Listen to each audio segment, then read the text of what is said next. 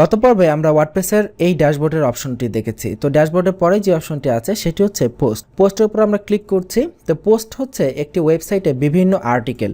যেমন আমি যদি itbari.com-এ যাই, আপনি দেখতে পাবেন হোম পেজে এখানে বর্তমানে আমাদের যে ওয়েবসাইটের ডিজাইন আছে সেখানে বিভিন্ন ধরনের আর্টিকেল আছে। যেমন এই যে একটি আর্টিকেল, তারপরে নিচে গেলে এই যে বিভিন্ন আর্টিকেল আমরা দেখতে পাচ্ছি, এগুলো হচ্ছে এক একটা পোস্ট। তো আপনার ওয়েবসাইটে এরকম কতগুলো পোস্ট আছে সেই পোস্টের তালিকা আপনি এই পোস্ট সেকশন থেকে দেখতে পাবেন। আমরা দেখতে পাচ্ছি এই মুহূর্তে মাত্র একটি পোস্ট আছে, সো দ্যাটস ওয়াই এখানে একটি দেখাচ্ছে। তো এখানে দেখুন নতুন পোস্ট করার অপশন রয়েছে, অ্যাড নিউ। তো এখানে আমি যদি কোনো পোস্টের উপর মাউসের কার্সার নেই, দেখবেন পোস্টটি এডিট করার বিভিন্ন অপশন আছে, এডিট, কুইক এডিট, ট্র্যাশ, ভিউতে দিলে পোস্টটি দেখা যাবে, ট্র্যাশে ক্লিক করলে পোস্টটি ডিলিট হয়ে যাবে। এবং এখানে ডান পাশে আরও বিভিন্ন অপশন রয়েছে, অথরকে, এই পোস্টটা কোন ক্যাটাগরিতে করা হয়েছে, ট্যাগ, কতগুলো কমেন্ট আছে, কবে পাবলিশ করা হয়েছে, এগুলো সব ইনফরমেশন দেখা যাচ্ছে। তার পাশাপাশি আপনি যদি চান একাধিক কোনো পোস্টকে একসাথে কোনো কাজ করতে, তাহলে আপনি এইভাবে টিকচিহ্ন দিয়ে এখানে পোস্টের লিস্ট থেকে পোস্টগুলোকে সিলেক্ট করবেন এবং বাল্ক অ্যাকশন থেকে আপনি যেটা করতে চান, যদি এডিট করতে চান এডিট, মুভ টু ট্র্যাশ অর্থাৎ যদি ডিলিট করতে চান ডিলিটে দিয়ে অ্যাপ্লাইতে ক্লিক করতে হবে। এখন এখানে অনেকে এরকম সমস্যা হয় যে ভুলক্রমে ধরেন আপনি এখানে ট্র্যাশে ক্লিক করে একটা দরকারি পোস্ট রিমুভ করে দিয়েছেন, তো এখন পোস্টটা নাই হয়ে গেছে। তো এরকম যদি ট্র্যাশে কোনো পোস্ট ভুলক্রমে ডিলিট করে দেন, তাহলে এই যে দেখুন ট্র্যাশ নামে একটি অপশন চলে আসবে, ট্র্যাশে ক্লিক করলে আপনার সেই ডিলিট হওয়া পোস্টটি দেখতে পাবেন। তো এখান থেকে যদি রিস্টোরে ক্লিক করেন তাহলে আপনার পোস্টটি আবার পুনরায় ব্যাক হয়ে পাবলিশ হয়ে যাবে। আর যদি ডিলিট পার্মানেন্টলি এটাতে ক্লিক করেন তাহলে একদম পার্মানেন্টলি ডিলিট হয়ে যাবে, সেটি আর আপনি ব্যাক করতে পারবেন না। সো আমি রিস্টোরে ক্লিক করছি, তাহলে দেখব পুনরায় পোস্টটি পাবলিশে চলে এসেছে। যেমন এই যে পাবলিশ, এখানে ক্লিক করলে আমরা বর্তমানে পাবলিশ আবার সেই পোস্টটিকে দেখতে পাবো। ঠিক একইভাবে আমরা গত পর্বে যেমন স্ক্রিন অপশন থেকে দেখেছি, এগুলোর বিভিন্ন অপশনকে রাখা না রাখা কন্ট্রোল করা যায়। এখানেও দেখুন স্ক্রিন অপশন আছে, এখানে ক্লিক করলে এই পোস্টের বিভিন্ন অপশন, যেমন আমি যদি ডেটটা এখান থেকে তুলে দেই, দেখবেন এইখানে যে ডেটটা ছিল পাবলিশের ডেট সেটা চলে গেছে। আমি যদি কমেন্ট তুলে দেই তাহলে দেখুন কমেন্ট সেকশন চলে গেছে। এইভাবে আমরা স্ক্রিন অপশন থেকে এগুলোকে কন্ট্রোল করতে পারি। এবং এখানে দেখাচ্ছে প্রতিটা পেজে কতগুলো করে পোস্ট দেখাবে। যেমন এই যে এইখানে কতগুলো পোস্ট একবারে আপনি দেখতে পাবেন, এখানে 20টা দেওয়া আছে, আপনি যদি আরও বেশি চান এখানে বেশি দিবেন। এবং এখানে আছে এক্সার্পট ভিউ। আপনারা যারা আমাদের ওয়েবগুরু কোর্স দেখেছেন সেখানে আমরা এক্সার্পট ফাংশন দেখিয়েছি, আশা করি সবার মনে আছে। এক্সার্পট মানে হচ্ছে পোস্টের সামনে কতটুকু অংশ দেখাবে। যেমন এই যে এই পোস্টটি, এই পোস্টের প্রথমে এতটুকু অংশ সামনে দেখাচ্ছে, এরপরে রিড মোডে ক্লিক করলে সম্পূর্ণ পোস্টটি ওপেন হবে। তো এই এতটুকু অংশই হচ্ছে মূলত এটার এক্সার্পট। তো আমি যদি এখান থেকে এক্সার্পট ভিউ দিয়ে অ্যাপ্লাই ক্লিক করি তাহলে দেখতে পাবেন এখানে যে সামান্য কিছু অংশ প্রথমে এক্সার্পট হিসেবে প্রদর্শিত হচ্ছে, অর্থাৎ এই পোস্টের সামান্য কিছু অংশ আপনি আগে থাকতেই দেখে নিতে পারবেন। তো এটা আমরা এখান থেকে এডিট করে দিতে পারি, লিস্ট ভিউতে দিয়ে অ্যাপ্লাই দিতে পারি, চেঞ্জ হয়ে গেছে। তো এই হচ্ছে পোস্টের বেসিক বিষয়গুলো। আপনি চাইলে এখান থেকে কোনো ডেটের পোস্টও দেখতে পারেন, আবার কোনো ক্যাটাগরির পোস্টও আলাদাভাবে ফিল্টার করে দেখতে পারেন, আবার এখান থেকে কোনো পোস্ট আপনি সার্চও করতে পারেন। এখন যদি আমাদের ওয়েবসাইটে নতুন কোনো পোস্ট করার প্রয়োজন পড়ে তাহলে সেই পোস্ট আমরা কিভাবে করব? সেই পোস্ট করার জন্য কয়েকটা অপশন আছে। একটি অপশন হচ্ছে এখানে অ্যাড নিউতে ক্লিক করলে নতুন পোস্ট করার অপশন আসবে। এখান থেকেও যদি আপনি অ্যাড নিউতে ক্লিক করেন তাহলেও নতুন পোস্ট আসবে। আবার ওপরে এই যে প্লাস নিউ থেকে যদি নিউ পোস্টে ক্লিক করেন তাহলেও নতুন পোস্ট করার অপশন আসবে। আমরা এখান থেকে অ্যাড নিউতে ক্লিক করছি, নতুন পোস্ট করার অপশন চলে এসেছে। দেখুন এখানে আমাদেরকে কিছু টিপস দেখাচ্ছে, যেহেতু আমরা একেবারে ফার্স্ট টাইম এখানে পোস্ট করতে যাচ্ছি, দ্যাটস এখানে কিছু টিপস দেখাচ্ছে, সি নেক্সট টিপ। এখান থেকে আপনার টিপগুলো পড়ে নিতে পারেন যদি চান। এখন এই পোস্টের বিভিন্ন অপশন।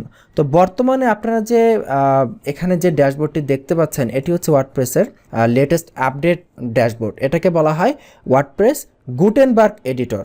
এই গুটেনবার্গ এডিটর ওয়ার্ডপ্রেস 5 সিরিজ থেকে শুরু হয়েছে। আগে যে ওয়ার্ডপ্রেসের ভার্সনগুলো ছিল সেখানে ছিল ক্লাসিক এডিটর। তো ক্লাসিক এডিটরের কোর্সগুলো ভিডিওগুলো আপনারা অলরেডি দেখেছেন আমাদের ওয়েবগুরু কোর্সে। তো আমরা এখানে দেখব যে গুটেনবার্গ এডিটর, এই এডিটরে কিভাবে একটি পোস্ট নিয়ে কাজ করা যায়। এই এডিটরটি আগের এডিটর থেকে অনেক বেশি অ্যাডভান্স এবং এখানে অনেক ফিচার আছে। তো আমরা প্রথমে পোস্টের টাইটেল দিব, যে আমাদের পোস্টের টাইটেল কি। এখানে আমরা দিচ্ছি this is our post title, Bangla ইংরেজি মিলিয়ে দিচ্ছি, অনেকে ওয়ার্ডপ্রেসে বাংলা লিখতে ভয় পায়। ওকে, এরপরে তার নিচেই দেখুন মাউসের কার্সার নিলে এখানে আমরা পোস্টের যে কন্টেন্ট সেই কন্টেন্ট লেখা শুরু করতে পারি। তো এখানে আমি ক্লিক করছি, ক্লিক করে এখানে আমি চাইলে কিছু লিখতে পারি। যেমন এখানে আমি কাজের সুবিধার্থে আমি এখানে লরাম ইপসাম থেকে কিছু ডামি কন্টেন্ট নিয়ে আসতেছি যাতে করে আমাদের কাজ করতে সহজ হয়। এখানে ক্লিক করে এই ডামি কন্টেন্টগুলোকে কপি করে নিলাম, কপি করে সিম্পলি রাইট ক্লিক করে পেস্ট করে দিলাম। এখানে দেখুন যখন আমরা অনেকগুলো লেখা একসাথে পেস্ট করে দিলাম তখন কিন্তু প্রতিটা প্যারা দেখুন এই যে এইটা একটা প্যারা, এটা একটা বক্সের মধ্যে চলে এসেছে, এরপরে আরেকটা প্যারা, এইটাও একটা বক্সের মধ্যে চলে এসেছে, আরেকটা প্যারা, এইটাও একটা বক্সের মধ্যে চলে এসেছে। অর্থাৎ এই গুটেনবার্গ এডিটরকে বলা হয় ব্লক এডিটর। ব্লক করে এক একটা সেক্টর আসবে এবং এই ব্লকের মধ্যে আমরা এডিট করতে পারবো। ফর এক্সাম্পল এই যে একটা প্যারাগ্রাফের ব্লক এখানে এসেছে, এটা যদি কোনো অংশকে আমরা বোল্ড করতে চাই তাহলে এই অংশটা এইভাবে মার্ক করব, মার্ক করে কিবোর্ডের শর্টকাট কন্ট্রোল বি দিতে পারি, অথবা এখানে এই যে বি লেখা আছে এইখানে ক্লিক করে আমরা এটাকে বোল্ড করতে পারি, ইটালিক করতে পারি। যদি লিঙ্ক করতে চাই এখানে ক্লিক করে লিঙ্কও করে দিতে পারি। জাস্ট লাইক ক্লাসিক এডিটরে যেমন ছিল হুবহু সেই কাজগুলো একই রকম, শুধু সামান্য কিছু ডিফারেন্স। এখন ধরেন আমি চাচ্ছি এই যে কন্টেন্টের কোনো অংশের এই কন্টেন্টের ভেতরে আপনি একটা হেডলাইন দিতে চাচ্ছেন এই কন্টেন্টের পরে বা কন্টেন্টের আগে।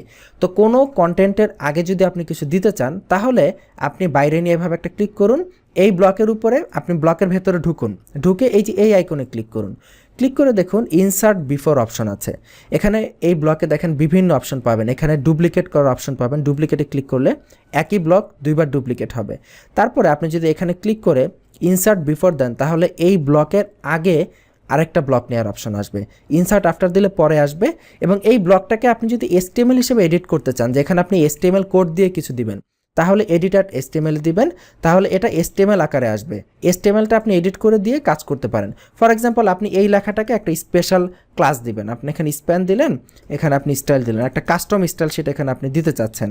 তো এই সুবিধাটা কিন্তু আমাদের ইসেও ছিল, ক্লাসিক এডিটর আমরা দেখেছি। তো এখানে আমরা স্টাইলে ধরেন কালার রেড দিয়ে দিলাম, দিলে এবার আমি এটাকে পুনরায় ব্যাক করব, এখানে ক্লিক করে এখানে এডিট ভিজুয়ালিতে দিলে দেখবেন এই যে এই লেখাটা রেড হয়ে গেছে আমরা দেখতে পাচ্ছি। এইভাবে আপনি HTML এডিট করতে পারেন। তো যেটা বলছিলাম এখানে আমরা একটা হেডিং দিতে চাই, ধরেন এইটার আগে একটা হেডিং দিব। সো এখানে ক্লিক করব, ক্লিক করে ইনসার্ট বিফোরে দিব, দিলে এখানে একটি জায়গা চলে এসেছে। এখন এইখানে যে আমরা হেডিং দিব এটার টাইপটা কি হবে সেইটা আমরা এই প্লাস আইকনে ক্লিক করে চুজ করতে পারি। এখানে আমরা প্লাস আইকনে ক্লিক করি, প্লাস আইকনে ক্লিক করলে দেখবেন এখানে বিভিন্ন অপশন আসবে, আপনি এখানে কি দিতে চান, প্যারাগ্রাফ, ইমেজ, হেডিং। তো প্যারাগ্রাফ তো আমরা পেস্ট করে দিয়েছি তাই প্যারাগ্রাফ হয়ে গেছে। যদি এটাকে আমরা প্যারাগ্রাফ দিতে চাই তাহলে প্যারাগ্রাফে ক্লিক করব, তারপরে এখানে আমরা যা কিছু লিখবো সেগুলো একটা প্যারাগ্রাফ হয়ে যাবে। তখন এর উপর এখন আমি আবার চাচ্ছি একটা ইনসার্ট বিফোর, এখানে একটা হেডিং নিব। সো প্লাসে ক্লিক করছি, এখান থেকে হেডিংটা চুজ করতেছি। এবার আমরা যা লিখবো সেটা একটা হেডিং হবে, যেমন দিস ইজ আওয়ার হেডিং। তো এখান থেকে আমরা হেডিংয়ের টাইপ চেঞ্জ করতে পারবো, হেডিং 3 করে দিতে পারবো, হেডিং 4 বা হেডিং 2, এটা এখান থেকে এইভাবে চেঞ্জ করা যাবে। আমরা চাইলে হেডিংয়ের কোনো অংশকে যদি স্ট্রাইক করতে চাই এখানে দিয়ে এখানে ক্লিক করলে স্ট্রাইক হয়ে যাবে। এভাবে আমরা করতে পারি। এখন ধরেন কোনো ব্লকের পরে আপনি যদি কোনো ব্লক নিতে চান, শর্টকাট হচ্ছে সেই ব্লকের ভেতরে ঢুকে জাস্ট এন্টার প্রেস করবেন, তাহলেই নতুন একটি ব্লক হয়ে যাবে। এখন মনে করেন এই ব্লকের ভেতরে আপনি কোনো ইমেজ দিতে চান, তাহলে এখানে এই যে ইমেজ এই আইকনে ক্লিক করতে পারেন, অথবা এই প্লাসে ক্লিক করে আপনি এখানে ইমেজ সিলেক্ট করতে পারেন। দেখুন এখানে আমি যদি ইমেজে ক্লিক করি তাহলে ইমেজ আপলোড করার অপশন আসবে। এখানে দেখুন আপলোড করার কয়েকটা অপশন আছে। প্রথমটা হচ্ছে জেনারেল আপলোড, এটা হচ্ছে মিডিয়া লাইব্রেরি। মিডিয়া লাইব্রেরি মানে হচ্ছে আপনার এই ওয়ার্ডপ্রেসে অলরেডি যদি কোনো ইমেজ থেকে থাকে সেই লাইব্রেরি ওপেন হবে। এবং আরেকটা হচ্ছে ইনসার্ট ফ্রম ইউআরএল। আপনারা HTML কোর্সে দেখেছেন যে ইউআরএল থেকে ইমেজ ইনসার্ট করা যায়, যে কোনো একটা অনলাইনে কোনো একটা ইমেজ আছে সেটার আপনি ডিরেক্টরিটা এখানে দিয়ে দিলেই ইমেজ চলে আসে। তো আমরা আপলোডে ক্লিক করে আমরা ইমেজ আপলোড করি। দেখুন এটা আমার কম্পিউটার চলে এসেছে, এখান থেকে আমি যদি চাই কোনো ইমেজ আপলোড করতে আমি সেখান থেকে আপলোড করে দিতে পারি। ফর এক্সাম্পল আমি এখানে এই ইমেজটা আপলোড করতে চাচ্ছি, এটা দিয়ে আমি ওপেনে ক্লিক করছি, দেখুন ইমেজটা আপলোড হয়ে গেছে। এটার সাইজ আমরা এখান থেকে এইভাবে কন্ট্রোল করতে পারি, জাস্ট লাইক ক্লাসিক এডিটরে যেমন ছিল অনেকটা একই রকম। তার পাশাপাশি এটার নিচে দেখুন কিছু একটা ক্যাপশন চলে এসেছে, এই ক্যাপশন আমরা এডিট করতে পারি। যেমন এইখানে এই এডিট বাটনে ক্লিক করলে ইমেজের ক্যাপশন এডিট করার অপশন চলে আসবে। আমি এখানে কেটে দিচ্ছি। ইমেজের উপর প্রথমে ক্লিক করবেন, ক্লিক করে তারপরে এডিটে ক্লিক করবেন। আচ্ছা, এখানে মিডিয়া লাইব্রেরি থেকে এই যে ইমেজটা মিডিয়া লাইব্রেরিতে ক্লিক করলাম, এর ভেতরে আমরা এই যে ইমেজের ক্যাপশন এটা আমরা চেঞ্জ করে দেই, এটা আমাদের ইমেজ ক্যাপশন, ফাইন। দিয়ে আমরা এবার এখানে অল্টার টেক্সট দেওয়ার অপশন আছে, এখানে অল্টার টেক্সট আমরা দিয়ে দিচ্ছি, ডিসক্রিপশন দেওয়ার অপশন আছে। এবার সিলেক্টে দিলেই দেখব এই যে আমাদের ইমেজের ক্যাপশন চেঞ্জ হয়ে গেছে।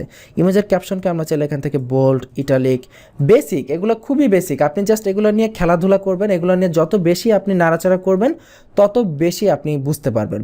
এই ইমেজকে আমরা বিভিন্ন সেন্টারাইজ করতে পারি, এখানে সেন্টার করা যায়, right align, left align, indent দেয়া, এগুলো আমরা এখান থেকে খুব ইজিলি করে ফেলতে পারি। তো এই হচ্ছে ইমেজ আপলোড। আমরা এখানে নতুন একটা ব্লক নেই, এটা শেষে এন্টার প্রেস করলে নতুন ব্লক আসবে। এখানে ক্লিক করে দেখি ইমেজের পরে কি আছে।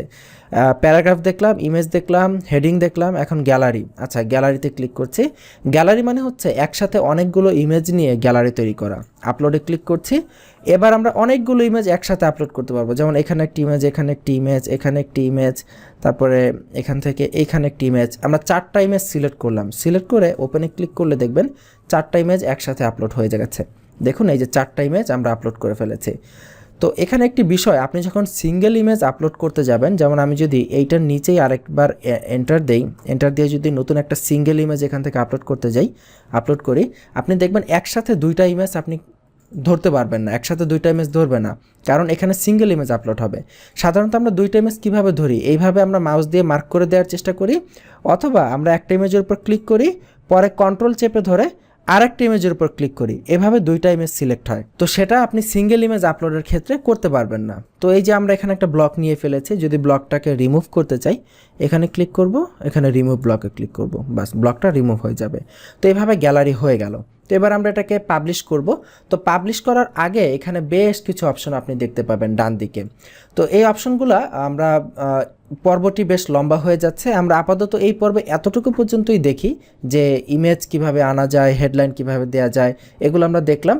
তো বাকি অপশনগুলো আমরা আস্তে আস্তে স্টেপ বাই স্টেপ দেখার চেষ্টা করব। তো এই পর্ব এখানে শেষ করছি, আগামী পর্বের আমন্ত্রণ রইল। ভালো থাকবেন, আল্লাহ হাফিজ।